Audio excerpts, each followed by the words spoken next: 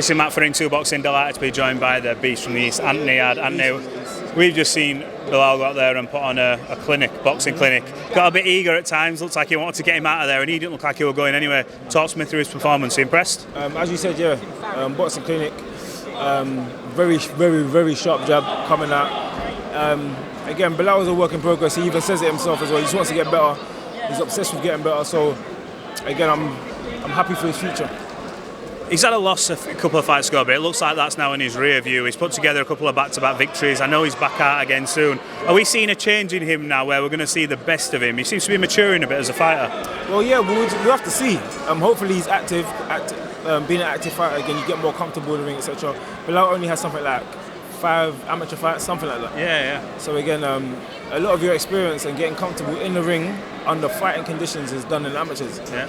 Even like me, I've had 12 amateur fights, so I've had to have a mindset of, I've been here before, I've done it. Yeah. I gained my experience in the gym, etc. And just having that kind of mentality to say, I can go out there and perform. I just want to say, you two are in the same boat really when it comes to amateurs. Not a lot, but yet you've obviously been there on the biggest stage as well, and you've fought for world titles. Have you been able to give him any sort of advice on not how to conduct himself, but how to sort of take it all in and step by step build as a pro? I've told him, again, Bilal always calls me like I'm his big brother. But I just said to him, I said, be real to yourself, always be yourself, and give this boxing thing your all. Because it's not a game. We don't play boxing. It's a serious sport. Right, let's come on to you very quickly. Last time at Linden, Arthur, you put some demons to rest yourself that night. Explosive performance. I think we saw probably your best performance career-wise in terms of how you planned the fight, how it went rushed, didn't smother your work. Moving on to what's coming up. Everyone's talking about yourself and Beterbiev, but you're going to have to get out before that. Is there any plans to get you out so you're not feeling too inactive before that big chance? Well, for me, it was a frustrating process, because when I find out that that's going to be the next fight, fighting for 3 belts, I'm like, of course, let's get this cracking. But then he had a fight. Well, obviously, this is before he won the fight. I knew I was going to fight the winner of him against Joe Smith Jr. And then that fight happened, so I was like, cool. I got given a date around October, so I was like, cool. I can wait. I'm not going to fight before, and then, do you get what I'm saying? Yeah. So October came now, and he's saying he's injured. So for me, it's about, again, being active. I'm not waiting until next year. I'm not waiting a whole 12 months to have a fight. You know what I'm saying? I'm even upset that I've had to wait this long. So it's about being active. So we're trying to look for, I think they might have found me an opponent actually, but I don't really get involved in who I'm fighting. I don't care who I'm fighting. You just turn up, don't you? Turn up, show up, and blow up. So it should be, I'm hearing that the date's November. And once everything's signed, sealed and delivered, they'll probably make an announcement. This part of your career, you've been through a lot in boxing. COVID affected you more than you let on, and you sort of went on with it, and you took the blows, but you bounced back, you got your victory, you put yourself back together. But talk to me about how you feel now, this stage of your career. You've had some experiences. Everyone talks about you going to Russia. That's been and gone now. You dealt with the defeat at Linden, Arthur. You came back, put that right. How is your sort of mental state now, this part of your career? Do you feel in the sort of the best place you've been with it now? You've had all these things to experience. I just feel like I'm ready for the big challenges. As I've been.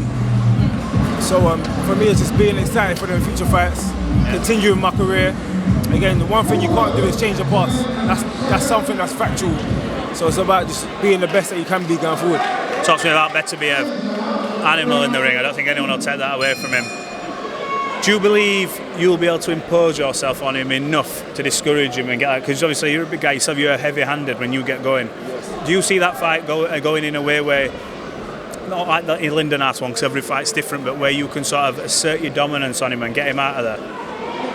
Well, the only way to know is when you get in the ring.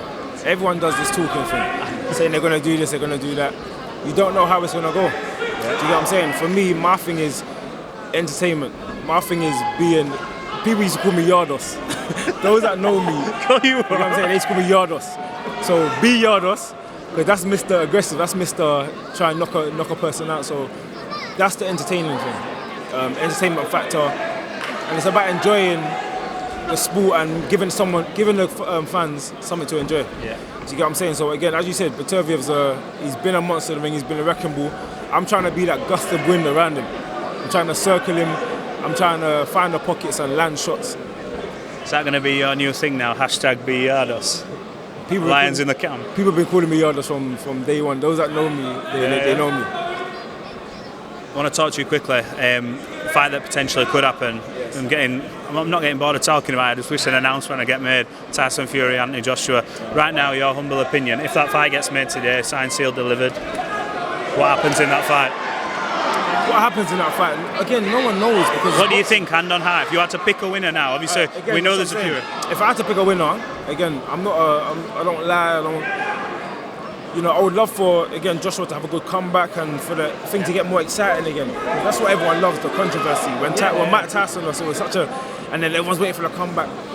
But if you're looking at Tyson Fury's most recent performances, you can't fault him. Brilliant, White. You can't go against someone that's undefeated, looked fantastic and looked better in each and every fight. Yeah. So again, you can't go against Fury right now. But doesn't this help you, the fact that these negotiations are happening? So I spoke to Eddie yesterday, and one thing I said was, whether this fight gets made or not, what's coming out of your mouth and what's coming out of George Warren's mouth is that everybody's talking. Yes. And you know yourself, you and Joshua Bout's been talked about for years. Yes. Whether there's a title on the line or not, huge fight, sells out many an arena, maybe a stadium, depending on what's on the line. Isn't this positive for you, thinking, well, if you're getting on, there shouldn't be no stumbling blocks, especially when they're talking about dual broadcasts and all this stuff, because everyone's always tied into contracts. So for you must be on cloud nine thinking, hang on, doors opening. Yeah, for me, it's, again, I'm a fan of boxing. I'm a fighter in the ring, but I'm a fan of the sport. So these kind of fights getting made, it's music to my ears. I hope the fight can get signed, sealed and delivered. I know there's a lot of politics, a lot of things. They're both probably having to bend their contracts to make this fight happen. So hopefully it gets made. Anthony, thank you for giving Into Boxing some of your time as always. We look forward to seeing you back out, hopefully by the end of the year. And let's rock and roll for Beterbiev next year. Lions in the camp. Lions in the camp.